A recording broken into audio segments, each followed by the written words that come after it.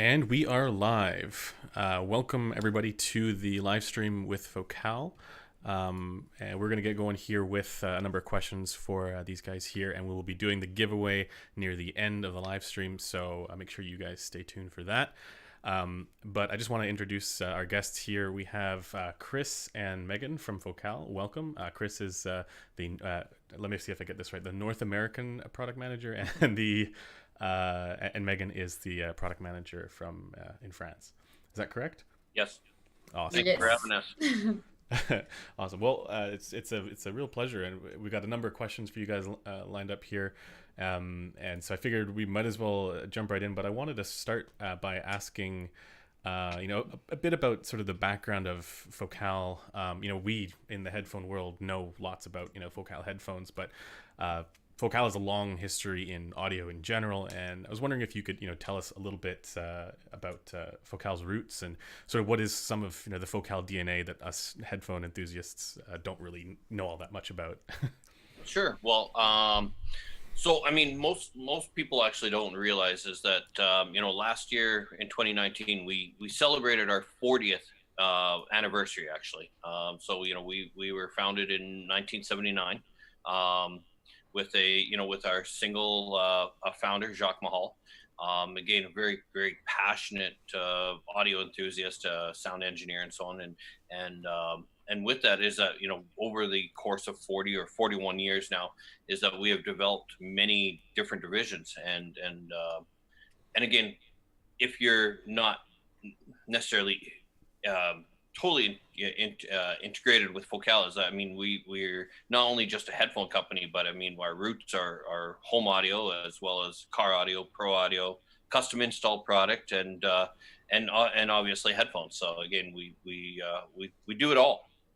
Right. And I wanted to ask about some of the kind of products that have put Focal on the map, that are not headphones necessarily. I'm aware of, I think, the DB13 and Utopia Grande, but what was sort of like the thing that made Focal internationally recognizable, I guess, as a leader in audio in general. Oh man, I mean, obviously DB13 is really really close to our hearts because it is our first product that we launched back in the early '80s. But over the years, I mean, our Grand Utopia EM. I mean, it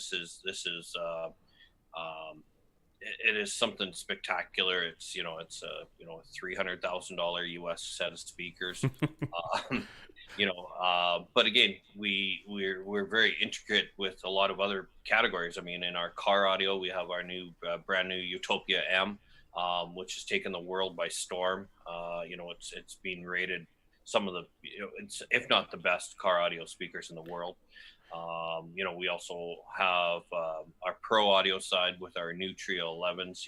We've got many artists that have signed up with us. Artists such as like Alicia Keys, David Guetta, Stevie Wonder, and the list just goes on and on and on. So it's really hard to pick exactly one product that really sets us aside, but there's many, and with that, right, that's what's created Focal. With the car audio stuff, is this something where like, you could just say, okay, here's the car that I have, can I do an install with like some crazy high-end Focal car audio speakers, or like is there a limitation for like the model of the car, or like how does all that stuff work? I mean, my background is car audio, so I always joke that we had three limitations, and it was one was imagination, two was budget, and three was the roof. So. Right. I guess that makes a certain amount of sense. It's like a box, right? Yeah. But with the car, with every other category that we have, is that we have multiple series where we start with the very entry level or cost effective product, and it goes right up to the extreme products. Right. I mean, that's something I definitely need to do with my little beater Honda at some point. So moving on here. In the like early days of Focal, was there any consideration that you guys would be moving into like the high-end headphone space the way that you are now? in 2016 when you had the InEar and the Utopia come out. Was this sort of like a gleam in the mind's eye, at the very beginning, or was this just sort of like the natural evolution from the speaker world and the rest of the stuff that you guys have been doing? Technically, we got into the headphone realm in 2012. Right. And with that is that we had always had the plan to be in the high-end headphone world. And the reality is that the Utopia and the InEar, when we launched in 2016, had already 4 years of development put into them. So when we got into the headphone world, we were already working on the high-end headphone product. But as for headphones as a category, I believe it is just evolution. It was the natural step of, okay, we've already done floor standing speakers, we're doing custom install, we're doing car audio. What else can we do? Right. And that was headphones. And that's headphones, yes. And so that kind of goes on my next question here, which was when you moved into the headphone world, I guess, as you're saying, you started development 4 years before they actually came out. So like in 2012, were there any technologies or design ideas that you brought over from the speaker world that kind of made it into the headphones? That's exactly it. Is that so? What's very unique about us is that we're not like every other speaker manufacturer. Is that we don't go to Speaker Mart and go and buy 10,000 subwoofers and mid bass and mid range and tweeters and put them in our own box. Is that we develop all of our own drivers in house, and we build them for each and every specification that's required. So with that ability of us being able to do this is that we actually share technologies between all of our different divisions, and with that is that we share between the home, the car, the pro, and again the natural evolution was to share that technology into the headphones. Right. So you'd see like a something like the beryllium designs and say, okay, this would be a great idea in headphones as well, or something like that. Well, exactly. And and what's really great about it is that when we launched Utopia and InEar back in 2016, is that, we were the first company to introduce a new driver technology into the headphone market in over 30 years. So again, and that really wasn't, it was not only the fact that we put a new technology in there, but we came out really, holding the sword. Exactly. Yeah. Yeah. Came out swinging and went right for the high end. And I guess, so with, I have some questions for Megan as well here on that subject. When you were, because your thing is definitely like in the headphone space, right? So when you were developing the Utopia and the InEar, what were some of the challenges associated with developing for super high end audiophile market? Yes, so as Chris told you, we came from technology we knew about with our speakers, our Twitter. So the idea was we are able to develop very high. Lost a little bit. We lost a bit of the audio there. We got a little bit of a robot voice. We want to try that one again? Oh, I think she can't hear us. Maybe. Are you? Yep, we can hear you now. Okay. We're back. Sorry for this. we have one of us is in France. I'll let you guys guess which one, and then one of us is in I think somewhere in Alberta, and then the rest of us are on the West Coast. So we're kind of all over the world here. Yeah. Sorry. Let's backtrack to that one. What were you saying? I hope it will work. Do you hear me? It's okay now? Yep. Okay, cool. So the idea is that we are able to develop very high-end speakers, and we wanted to be able to put this experience into a headphones. So the idea with InEar and Utopia. There we go. Hello. Yeah, Hello. we're back. Okay. Can you hear some stuff, or I need to? I think we're good. We're good. Yeah. And we're gone. Can you hear some stuff, or I need to? Hello. It's the internet is not cooperating in France, apparently. We could go ahead, Chris. Oh, I was going to say, so I mean, what Megan was saying is that, again, we developed a lot of high-end technologies into the home side, and ultimately we took and moved that technology directly into our headphones. Take 40 years of experience and put them into a headphone. Right. You guys have been doing that now in the headphone space for a number of years as well. And not too long ago, you guys started releasing closebacks. Actually, I wanted to mention just before that, like, one of the things that in my mind has kind of like cemented Focal in the headphone world is, I think for the longest time when it came to dynamic driver headphones, we were sort of limited with, not limited, but there was always like, it felt like there was a limit to what was possible, from a technical standpoint with dynamic driver headphones.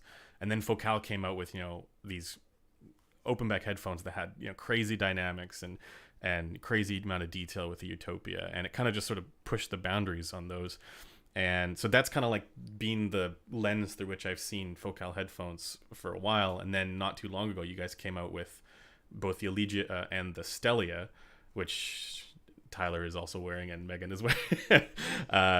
And so, now you guys are in the closeback game as well, which for me, it's always been something that I've loved. Like, I know there's limitations to closeback headphones compared to open back headphones, but for me and my like requirements and being in like a work or office environment, the closeback headphones, like, I just love the ability to just kind of block everything else out.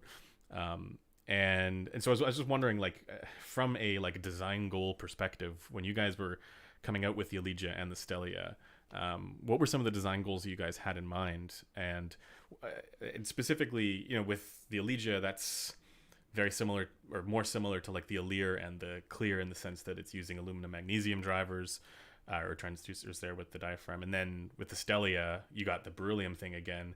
And so was it to be kind of like, we want to make a closed back version of the open back counterparts, or was it more to kind of have a slightly different flavor for the closed back ones? Or so what was the design goal process there for those? Should I try again? Yeah. Hoping that it will work. So really, the challenge with the closeback was to have a closeback, but not sounding very like closeback headphones. So inside the ear cap, we have a really system in the ear cap with diffuser and absorber. So it's a bit like when you tune a room, so it can sound very well. We did it with the inside of the headphones to be able to have less resonance and have the best sound we could have with closeback headphones. And I think this was the biggest challenge with Allegia and Stellia. And of course, after, in terms of technology, we wanted to link the open back version with the closeback.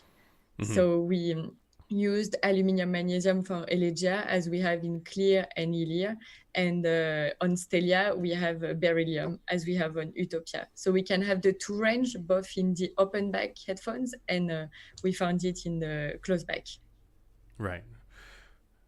Was that also like, when you guys were tuning the headphones, like were you like, we want there to be somewhat of a familiarity there, or how did that work? We tried to have some similarity, of course, but I think the use for closeback is not really the same that you can have on the open back. And for each headphones, we try to have a target and to reach our customer. So for Allegia, the goal was to have a more, let's say, neutral sound, as we can have on the Clear, because Clear, I think, is our most neutral headphones. So Allegia was to be able to find a bit of the Clear inside, but with the closeback. And for Stellia, of course, we wanted to have very good level of details, as we have on Utopia, but also very good punch and dynamic. I think it's very important, of course, for open back headphones, but for closed back also. With the two closed backs, can you tell us a little bit about some of the innovations that you guys have? I mean, you mentioned it earlier, but with that the inside of the cup there, it has this sort of like, box shaped things that is meant to break up the resonances and standing waves. And my understanding is that this is a little bit different from traditional methods of damping and things like that that's necessary for closeback headphones. And could you tell us a little bit about the development of that, and where did this idea come from?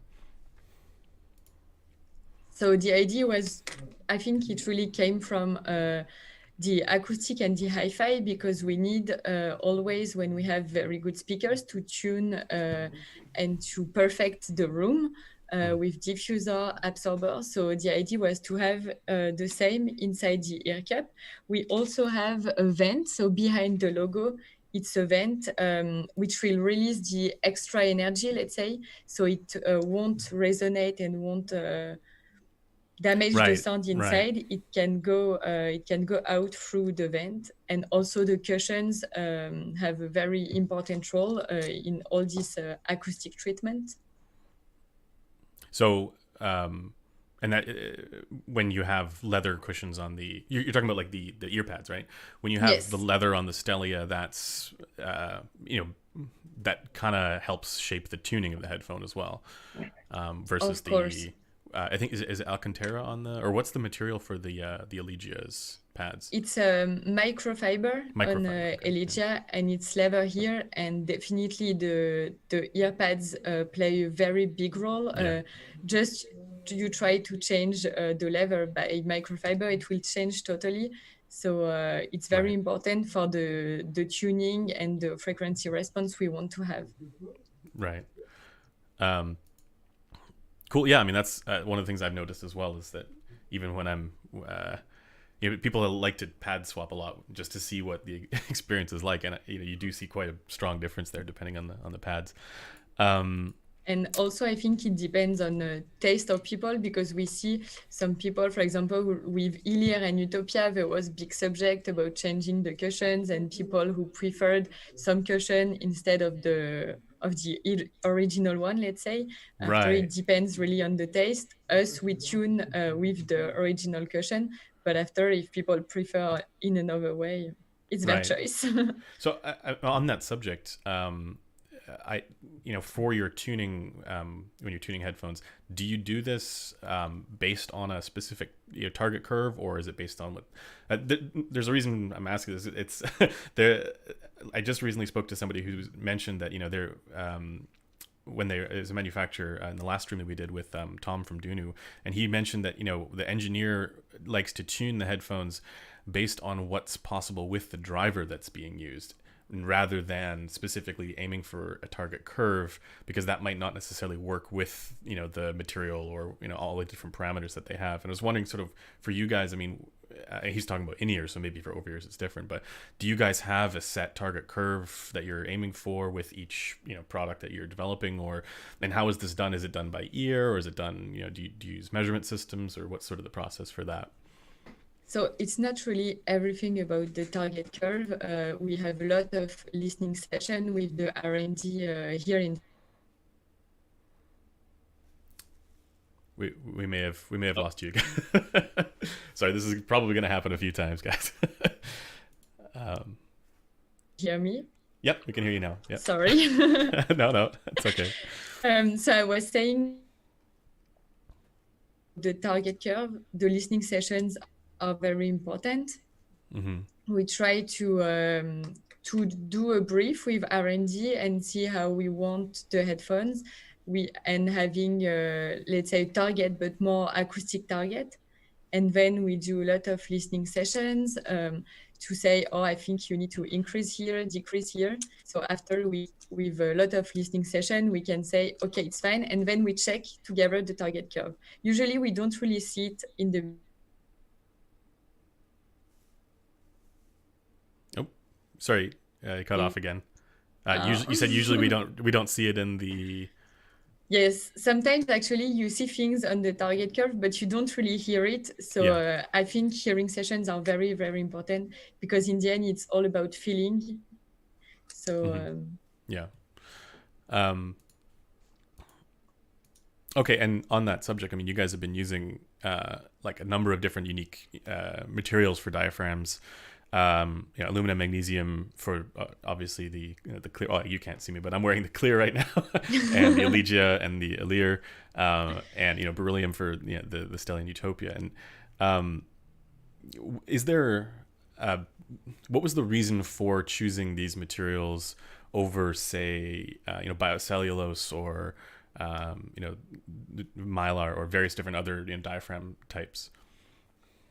So actually, aluminium, magnesium, and beryllium are materials we use in the hi-fi. So for hi-fi speakers, so this technology really comes from the tweeter. For example, Right. aluminium, magnesium is the tweeter of Aria range, Right. and beryllium is the tweeter of very high-end range like Sopra, Utopia.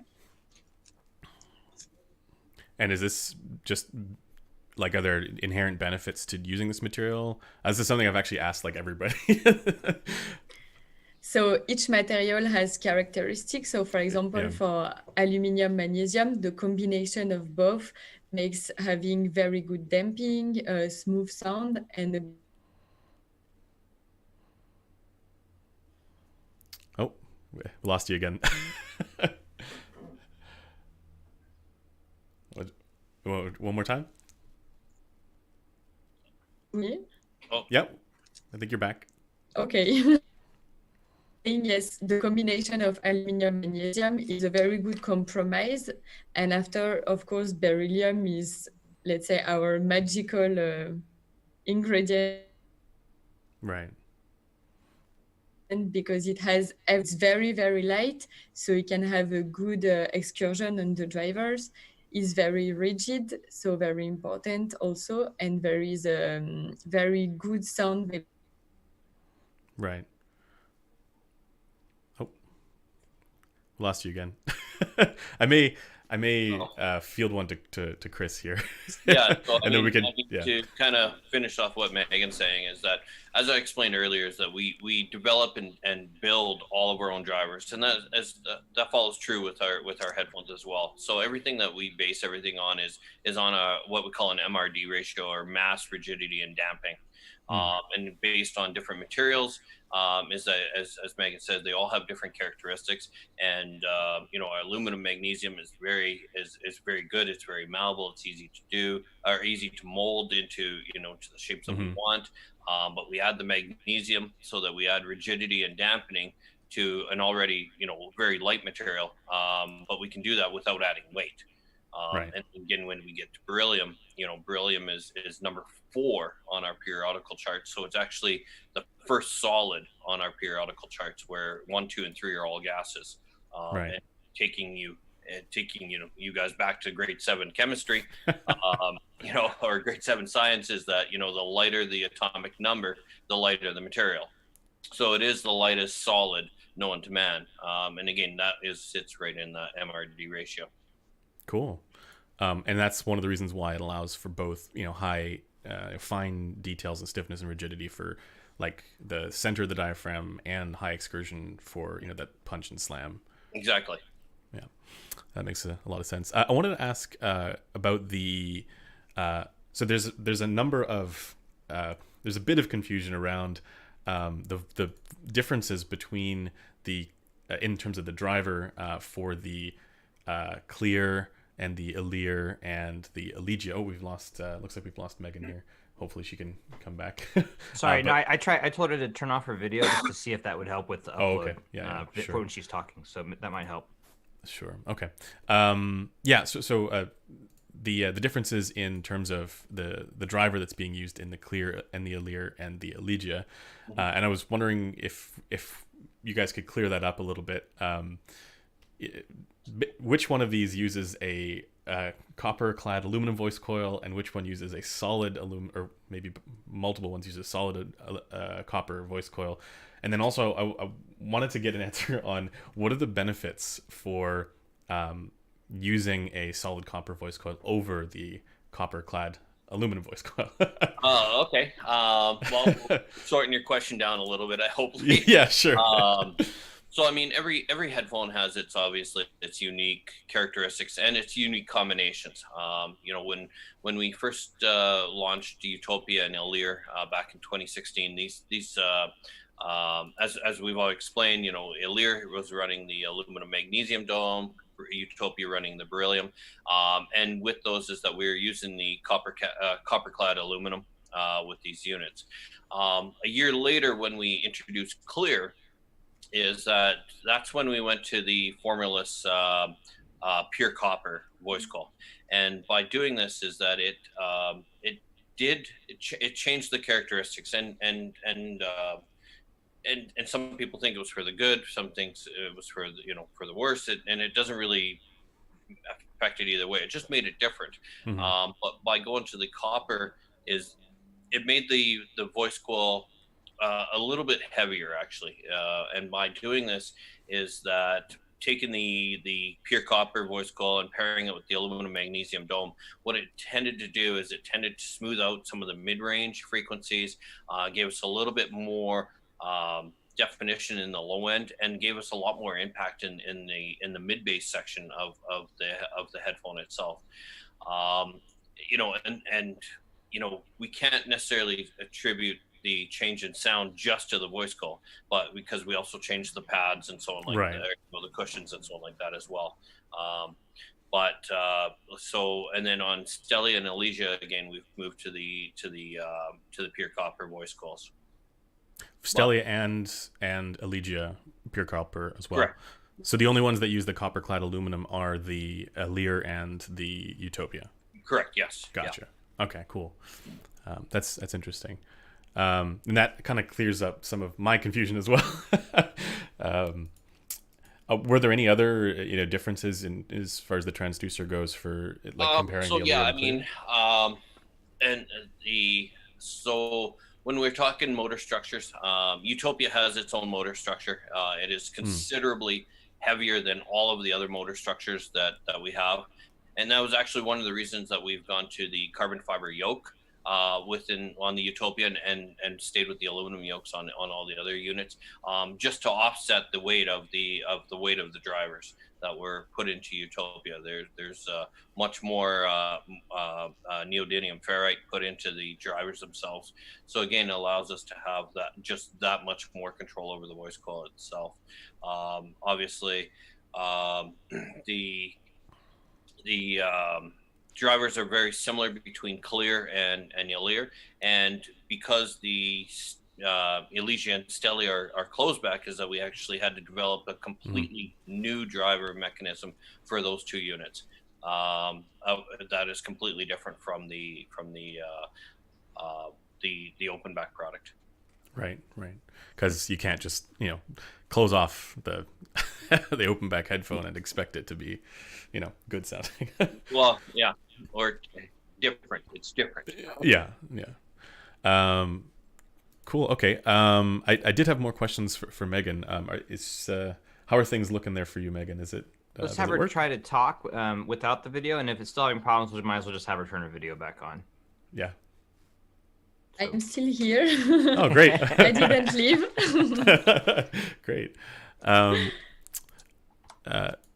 So I wanted to get back to what we were talking about earlier about the transducer development and the headphone development.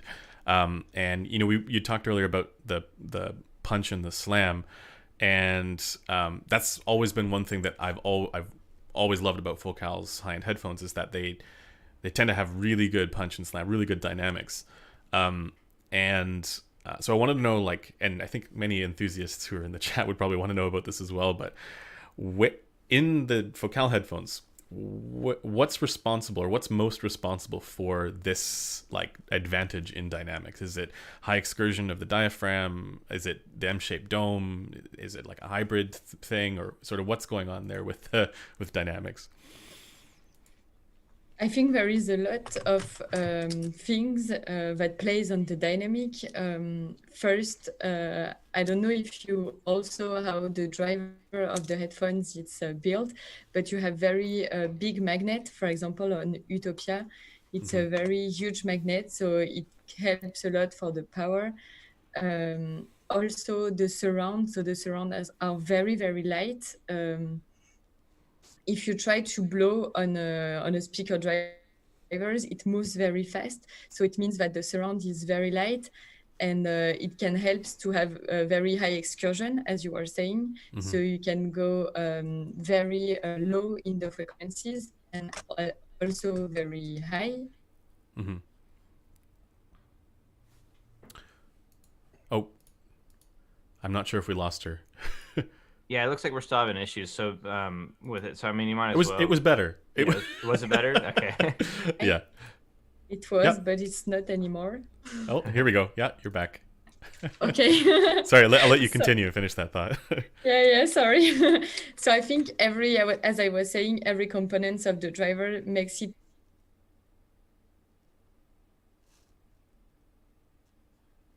shape dome, the voice call, which is very thin and without any.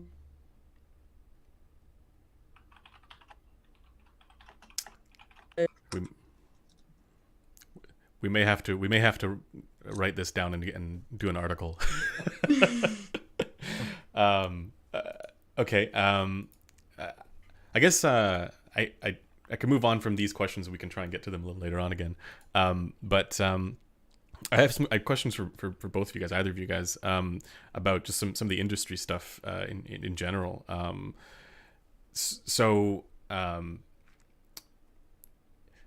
The more okay, so the manufacturers that I've spoken to in recent times, they've all expressed that wireless is the future. And I was wondering, like, for high-end headphones in like the audiophile space, do you guys think this is true? And if so, how far away are we now? And then, you know, do you guys still think that there's room for traditional wired setups, you know, with the DAC and the amp and everything like that, say like 20 years down the road? Oh man, if I could predict the future, I probably wouldn't be sitting here. So of course. I think in current status right now, you know, I mean, we are a traditional hi-fi speaker company that is making hi-fi headphones as well. You know, I mean, we're very you know, forward thinking, but we're also very connected to our roots, and the fact that currently right now is that, you know, we build a you know, a Bluetooth or a wireless headphone, but it's definitely not in our high-end range, because we feel that we just you know, we just can't get the bandwidth to really do what we actually needed to do at this current stage. Now, is that saying that there won't be something in the future? Again, that we don't know. I mean, we're seeing technology change almost daily, you know, and it will be exciting. But again, I'm not saying that we're safe, but again, we do what we know, and we know that wired works. Right. And there's sort of a long tradition, and there's a heritage of wired. Well, of course. Yeah, everybody's already, especially in the high end space, they already have the, you know, all the amps and sources and stuff like that. But actually, on that subject, you know, Focal headphones are fairly, I don't want to say easy to drive, because it's always good to have a source there that's a good high-end, you know, quality source, but they're not, you know, they don't have the crazy high impedances or, you know, low efficiencies, you know, that you sometimes see. And I was just wondering, you know, what was sort of the thinking behind making it reasonably efficient and easy to drive? And I mean, I think that's probably a little bit more technical. So we can see if Megan can answer that. You can hear me, I can answer. Yeah, we can hear.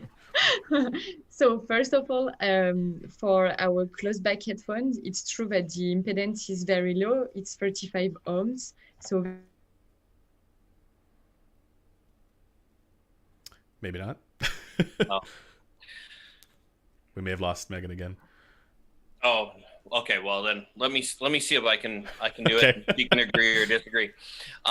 So I mean, the idea of obviously Utopia and InEar came out at 80 ohms. Again, we wanted something that was quite easy to drive, so that so it really opened us to more possibilities and put our headphone into more hands, so that it was more compatible with more DAC amplifiers out in the market. Right.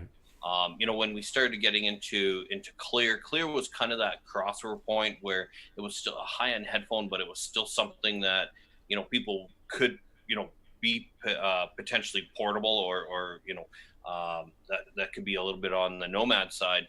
So again, we changed the impedance down to the 55 ohms.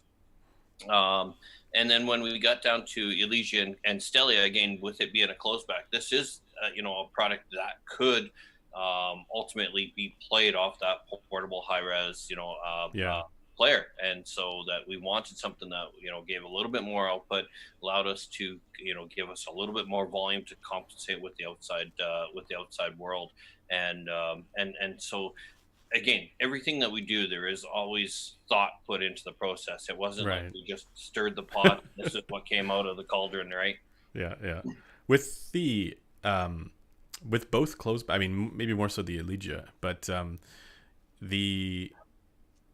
given its tuning, was there also a thought to have this be like for maybe studio purposes or some kind of like pro application there? I know there's the Focal Clear Professional, but just thinking about the lower impedances being easier to drive, you can probably use it on a wide range of different sources that might be found in recording studios and things like that. And exactly, and again, I think the original idea is obviously to have Closeback. Once we kind of took the world by storm with the Utopia and InEar, and then followed with Clear, is that we got a lot of requests for Closeback, for the simple fact that it was just a market that we weren't in. And as you mentioned, is that we do have our Clear Professional, and that's utilized quite thoroughly in a lot of studios, because again, and on our pro side, we're in over 5,000 professional studios in the US alone with our pro audio product. Right. So that just made sense. But when we went back to when we got into the Closeback, is that it became very, very easy for us to step into that category, because we were already there with the open back. Right, that makes a certain amount of sense. I do have more questions for Megan, but maybe we'll let Tyler field some questions here. Actually, I think he had a few just for either of you guys, and maybe we can revisit some of these answers a little bit later on. Yeah, mine are mostly kind of the lifestyle aesthetics type of deal, push, and then also before I jump into that. We can also look at possibly having Megan. We can maybe see about having you call in on your phone. Maybe that might be a way to do the voice via not internet. But we can try it later. But first off, kind of going into the lifestyles and aesthetics of Focal. There's actually someone asked a good question before I dive into that from the chat. And it was, what was the origins of these names of the Focal lineups, like the Elysia, very good question. Clear, InEar, Utopia, Stellia? Like, what's the kind of history behind that, or even just in general the Focal lineup of even like, because you guys have some pretty fantastic names for your speakers too. Megan? I don't know if you can hear me. Yeah. Yes. So. Finding names is always very complicated and very long process. It's hours of brainstorming with a lot of people to have a lot of opinions. For the first headphones, Utopia was, let's say, not the hardest to find, because it always come from Utopia in hi-fi, so the Grand Utopia and all the Utopia range, thanks to the technology we use. After InEar, Clear was a bit more complicated. Clear, it's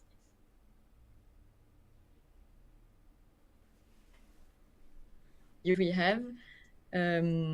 We tend to call it Clear and to have the same termination as the InEar, so to be able to have some link between the headphones. And after, for Elysia, as it's used the same technology of InEar Clear, we take the beginning of Elysia, and a lot of Focal names are ending with an A, so not everything, but some.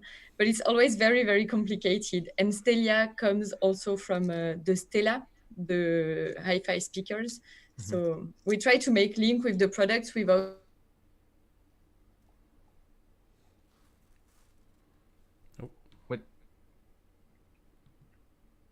So I caught the tail end of that. So I think it's basically finding the link between like your speakers and then bringing them over to the headphone world, and that is kind of, which makes sense. And actually, like you said, that's pretty ingenious, actually tying it all back into itself. And and then the next thing I was kind of leading into that next piece was like what's your thoughts on like on the design process for the aesthetics, like the way that the cup is made, the way that the headband, the materials used, and what's like basically the bold look of some of your headphones, because they're in my opinion they're bold looking, but they're also very sleek. Like they have that very modern, like I wouldn't mind going and walking around town wearing these kind of a look, right? Like where a lot of other headphones can be not that, especially the high-end world.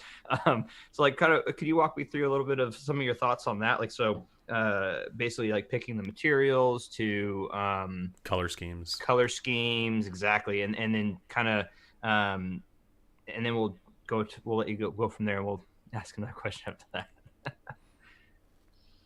We have specific design codes. For example, the flame, we will always have them on our product. Also focal. So usually the flame is on the ring. Oh. Sorry, we lost the audio again there.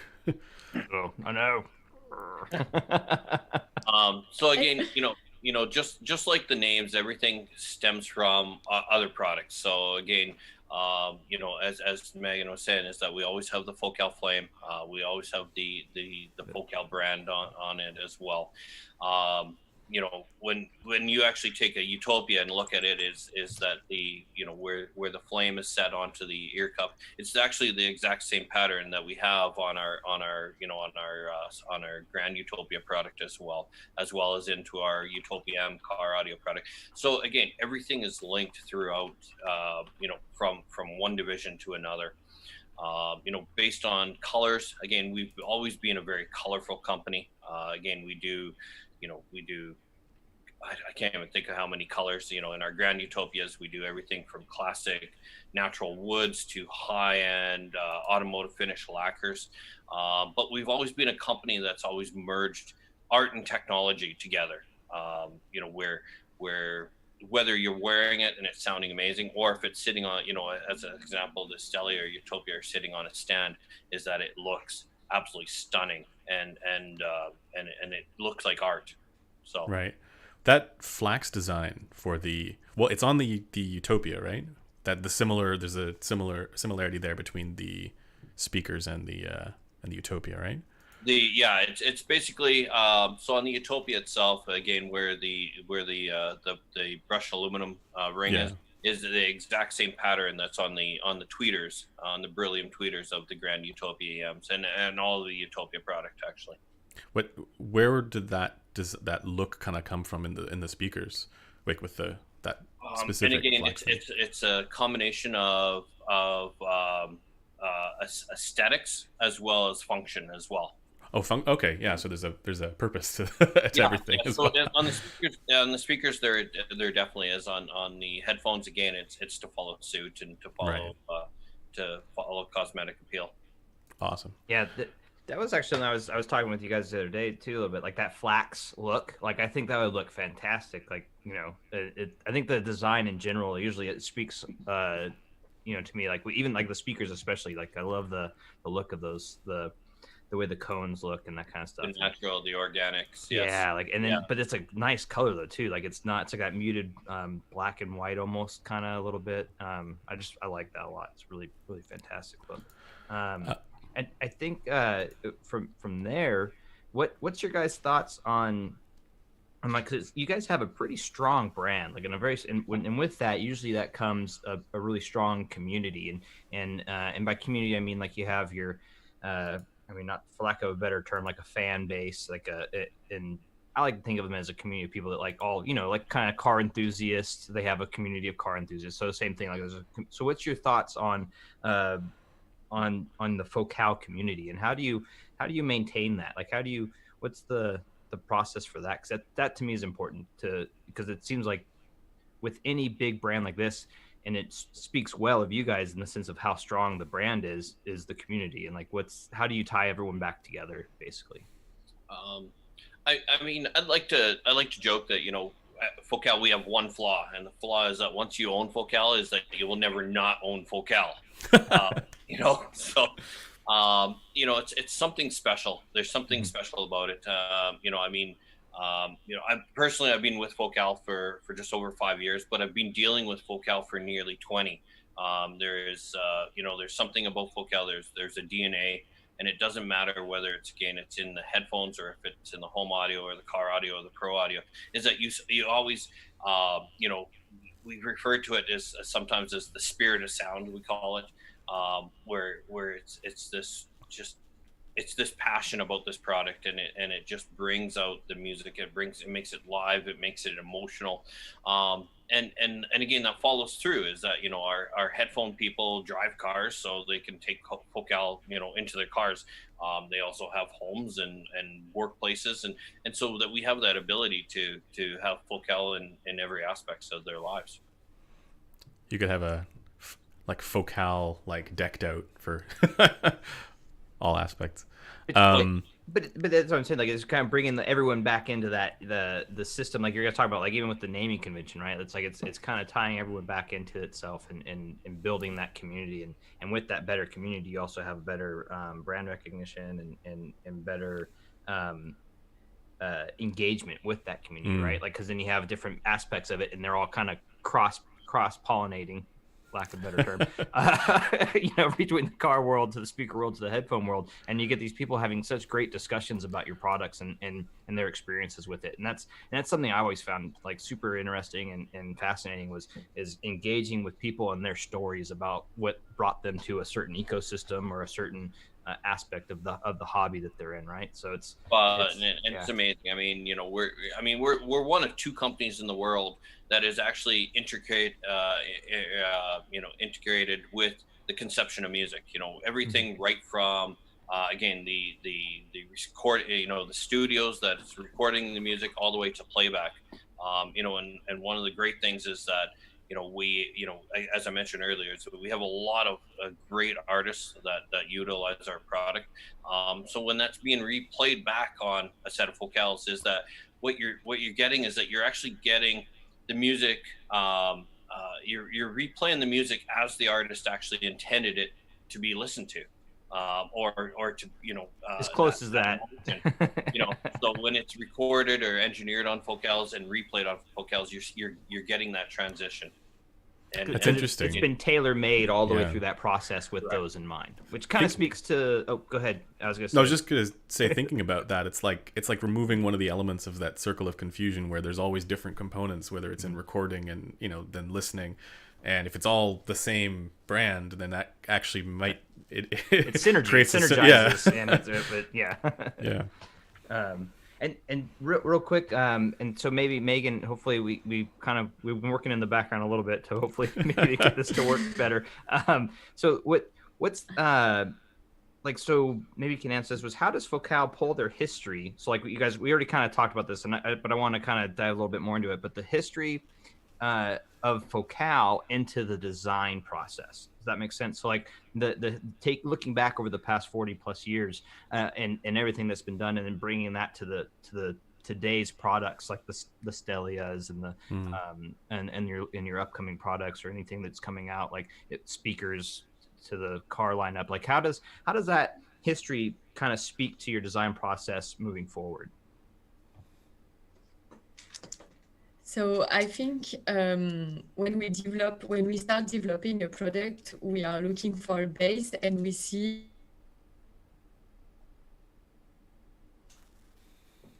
I think we lost you at the tail end there. It's always the end of the. I know, it's right when you say something. It's like right when you're about to say like the good stuff. I don't understand. Yeah, it's being wonky. It's probably the nature of the upload bandwidth is probably just being wonky. And then obviously we're all in different parts of the world right now. Yeah. Maybe we could try typing it out. Maybe, I don't know. I don't want to make it weird. I do have questions for both of you guys as well before we get to some Q&A from the chat here. But Chris, did you want to try answering that question, or maybe we could try again with Megan? I mean, as Megan said, is that it's always a process. I mean, we obviously want to always move forward on the new designs, new technology, but still maintain that history, that 40 years of history, and still maintain the ideals that again our founders started back in 1979, and stay true to not only him but to Focal in general. Mm-hmm. Something that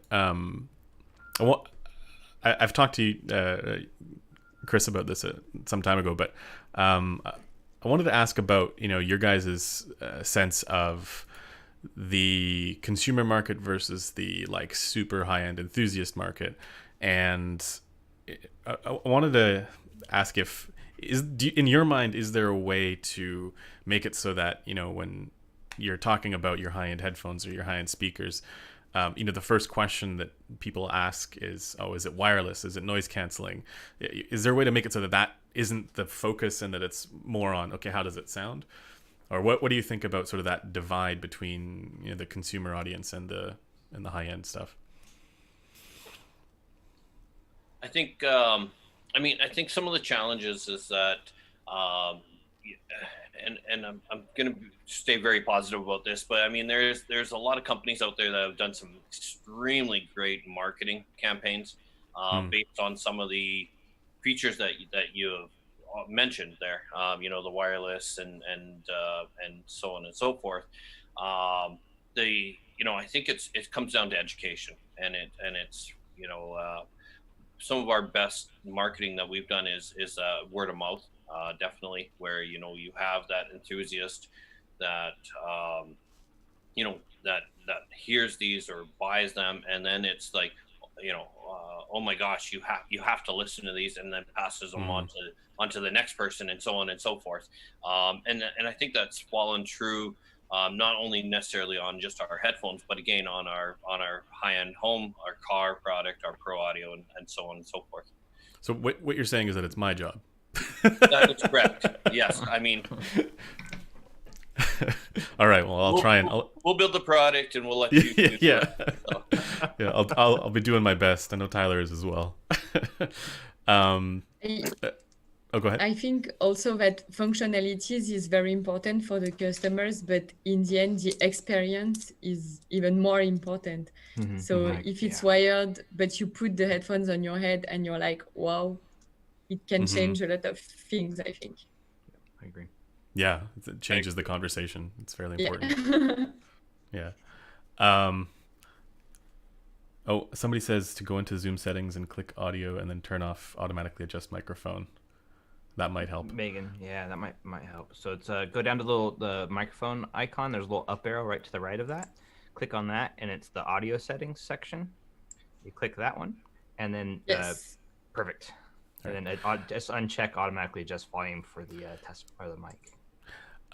So I was thinking we could dive into some questions from the audience here. Unless Tyler, do you have any others you want to?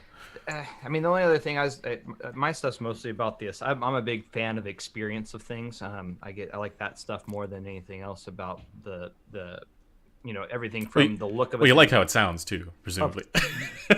Majority of my yes, I love the sound most of all. But there's a whole other section of the experience of the way a thing looks, to the way it feels, to the how you plugging it into the amp, the getting ready, getting your coffee, like the whole experience of like coming, like we were talking, Chris, like about like going to a cafe on a canal and like and being able to put music on and drink coffee and have like there's a whole experience to it, right? And then the music in and of itself is a whole nother experience, which takes a very special place in most people's hearts and minds, where it takes them back to a time and a place, or there's memories tied to it. There's a lot of that kind of plays into the experience of a music listening chain. So with that being said, I also love the look of things. Like I'm a artsy fartsy kind of guy to some level. I like taking photos and do that stuff. So going back to some of the talks we were talking about, the history and incorporating it into the different products, is there any like thoughts on like incorporating some of the look you already kind of talked about like tying it back into the Stelias to the Utopia to Utopia, that kind of thing. But like I mentioned like the flax. Then we talked about a little bit, but I don't know if you can even talk about this or not, but like how is there a way to like incorporate stuff like that into like limited edition type stuff? Is there any thoughts or processes for those types of things? There was that one limited edition Utopia, wasn't there? Oh, the one with all the jewels, the extremely expensive. I mean, we've actually had a couple. With the Assassin's Creed, we did Assassin's Creed version.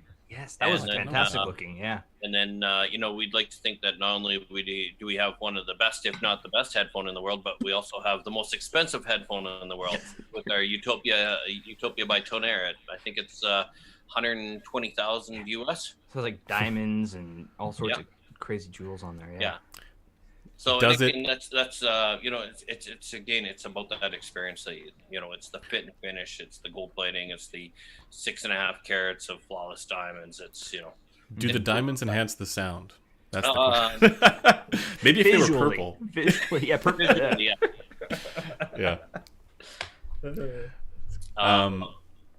Yeah. So I guess we can ask a few questions from the chat. There was one that I saw earlier that I'd love to get you guys' take on.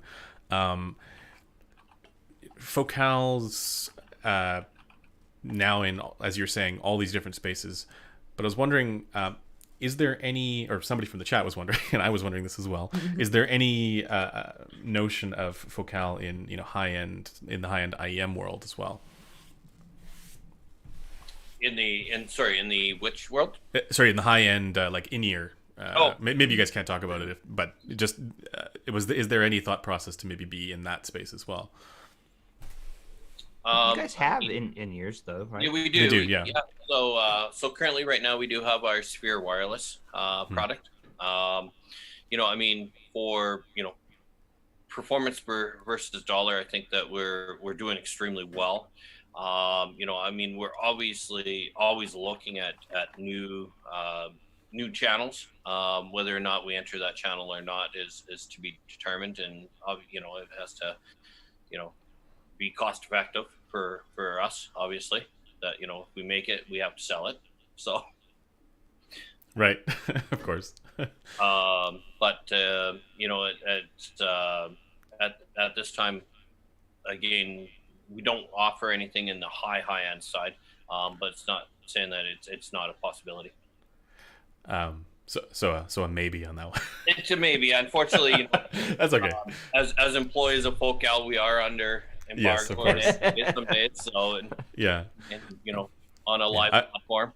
I mean, I was going to ask about, like you guys have done dynamic drivers so well for so long now. I mean, is there any desire to go into other transducer, design principles? But I imagine that's the same answer where, you can only say so much, and you probably don't want to, cross any of those boundaries. We won't be able to say everything on our future plan. Yeah, you don't want to give it all away. Yes, but yes. You need to stay tuned, and you will see. Of course. I see another question from the chat here that says, and we talked about this a little earlier as well, but how on earth do you approach the voicing of a new product in terms of pads versus driver versus cup tuning? And I think what this is asking is like, where is the primary place for adjustment for tuning? Is it in the pads? Is it in the driver? Is it, where does that lie? So I would say first, driver will influence a lot, and the pads secondly, because every time you change pad, after you change really the tuning, you have also a lot of vents and paper inside the headphones, so you can also tune the headphones. But I would say that the first... Right. So at the very least, you got to start with a good driver. Yeah. Mm-hmm. Then you will change the cushions and... Yeah.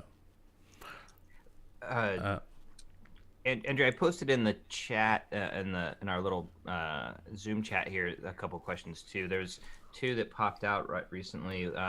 Which, real quick, what's everyone's favorite DAC amp of choice for their chain?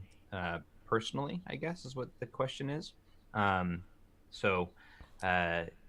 for me personally, mine changes. As my ADHD goes with my life, it goes with my hobbies, and so I can constantly swapping in and out my DACs and amps and jumping all over the place. So I don't. That's really part of the fun of it. Yeah, that's actually part of the reason why I love this hobby too. It's so Yeah. subjective and dynamic in the sense that you can go from so many different things to find those different synergies and try to find those cool aspects of the hobby. That's one of the things I like to do. And Chris, you can't say your car. Well, I roll the windows down. I mean, so for me, I'm more of a purist. Like I said, as I mentioned, I am a car guy. I do run all Focal Utopia amp. I own every single headphone that we make. But again, as I mentioned earlier, I've been doing Focal for 20 years. There is that signature, that DNA, that spirit of sound. So for me, I still stay to my two. I mean, we early on we had a couple of our headphones voiced with the name DAC V1. Again, with Focal, we are partnered with Name, or we own Name as a company. So Utopia and InEar were voiced on that particular DAC amplifier. And then moving forward is the new Arch, which again is an amazing product. You can't see me, but I'm pointing at it right now. Oh, okay. The fact is that we've built in some really unique circuitry that basically pairs the headphone with the DAC amplifier. So where we can select a Utopia or Clear or an InEar headphone within the amplifier, and it really equalizes everything on the same playing ground. And so that's me. But again, because of what I do and because of my history, like I said, I'm a purist that way. So Not that I don't appreciate everything else, but that's just me. I guess I'll go with my answer on this. Depending on the headphones, I think, of course. There's a number of apart from the Arch, obviously, because that has the presets for all the Focal headphones. But there are two other DAC amp or DACs and amps that I really like with Focal headphones, and specifically with Clear, Stellia, and Utopia. And one of them is the Chord Hugo 2 that I tried. I'm not sure if you guys have tried it with the Hugo or the Chord products, but I really enjoyed it with the Chord, Hugo 2. And then also behind me, you guys can't see it, but the stream can. The SPL Phonitor X is one that I really enjoy with the Focal headphones. And I think Tyler's probably tried that as well. I'm listening to that right now, actually. That's my main source of the Phonitor X. Yeah, actually, and it's surprising that, like, when you have headphones that are very revealing, like, the Clear and the Utopia and the Stellia, you can hear the difference in the source chain a little bit more strongly. So that's one thing where, like, that's one of the fun parts about it, is that you can, try swapping it to different sources, and then you can see, okay, well, this source sounds a little different as well. So anyways, I'll let Megan answer that as well. It works. Yeah. Yeah, so I think, as Chris said, Arch, I really like it because whichever Focal headphones you will pick, you can adapt to the headphones you're listening to. So I think it's really convenient when you have several Focal headphones. And of course, as I'm working for Focal, I have several. So Right, that's a good point. Yeah. All right. Well, Tyler, you said there was a couple more questions there. We can do a couple more questions, and we'll do the giveaway. Okay, so stay tuned, guys. So there's two that kind of popped real quick. One's a real easy one. Is what's the difference between the Clear Pro versus the Clear? And my understanding is it's just a colorway and accessories. Is that pretty much spot on? That's Okay. correct. Yeah. That's an easy one. So I just wanted to get. Everyone was like, there's a difference. It's like, I'm pretty sure it's not. But outside of the accessories and colorway. But so there you go. There's your answer for that one. Next one was people were asking about. Well, it kind of ties into each other. So how did the Arch come about?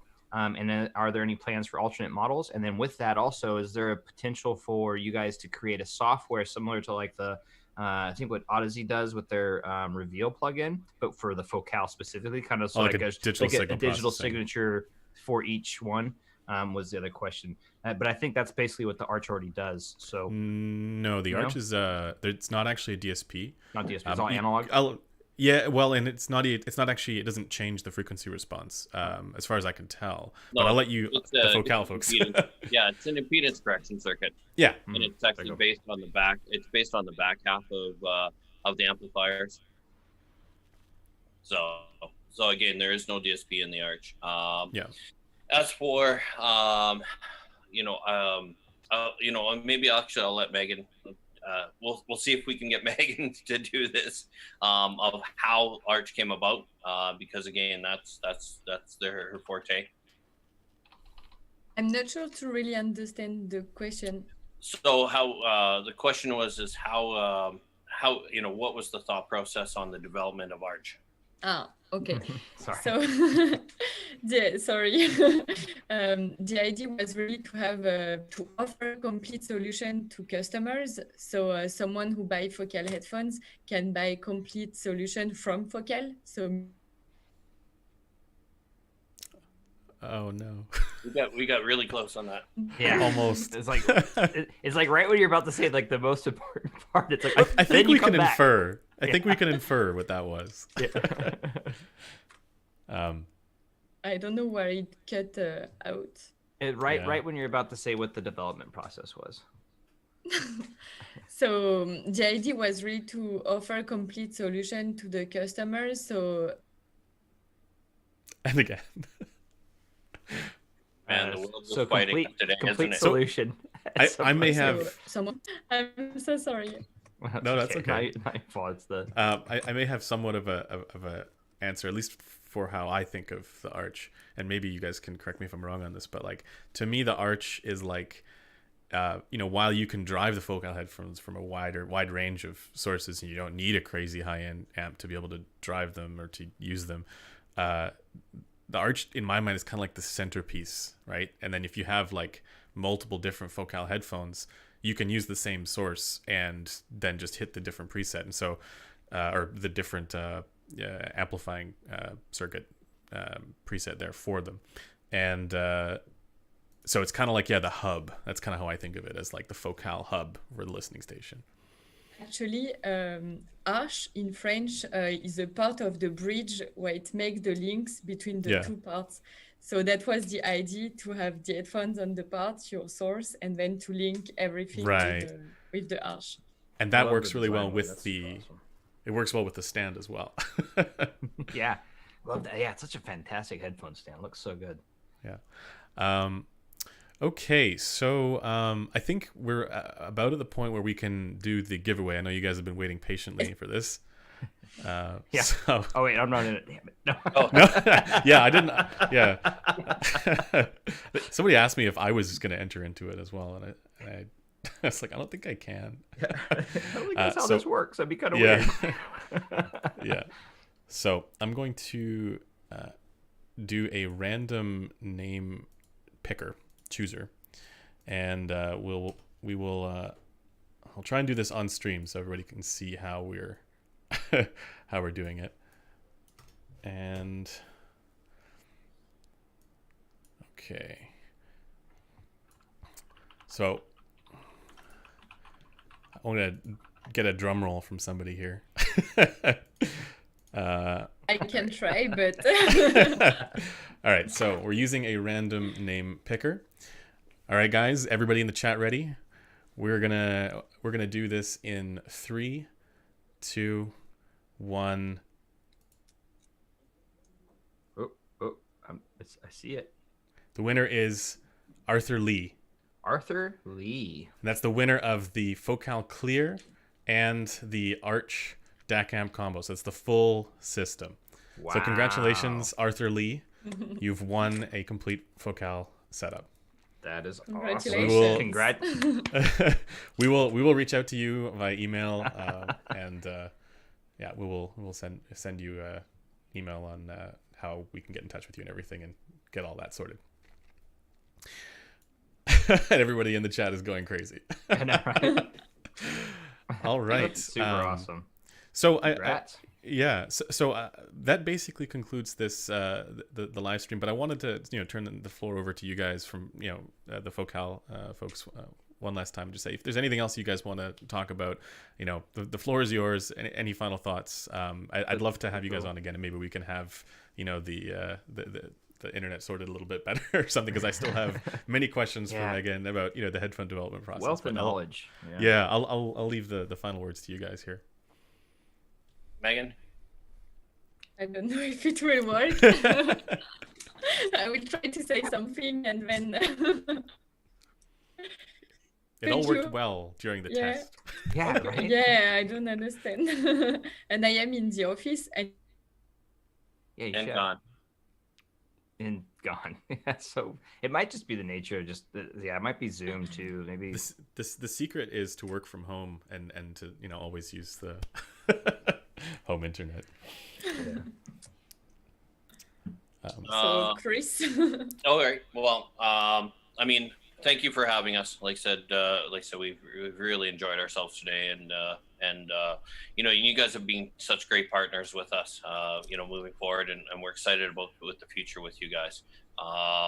As always, like I said, we're always in development of new products. We do have some new stuff coming forward, probably late 2020, early 2021. So as Megan said, stay tuned. And again, as we've mentioned, unfortunately, that's about as much as we can tell you about it. But it's exciting.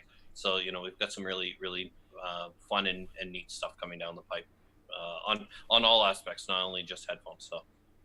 Great. Well, I'm super excited for that. And I want to say thanks to both Chris and Megan for joining us. And hopefully we can do this again sometime soon, because it's been a real pleasure to talk to you guys and get a sense of some of the more technical stuff that hopefully I'll probably send Megan an email and be like, maybe I'll ask more questions there as well. Maybe be able to post it up on the I think that'd be a great idea. We can do a Q&A. Do some sort of the website there. Yeah. But in any case, thanks to everybody for tuning in, and congratulations again to the winner of the giveaway. He's in the chat, so he knows. He's in the chat. Right on. Alrighty.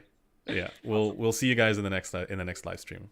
Bye for now. Thank you very much, and I hope next time the connection will be better.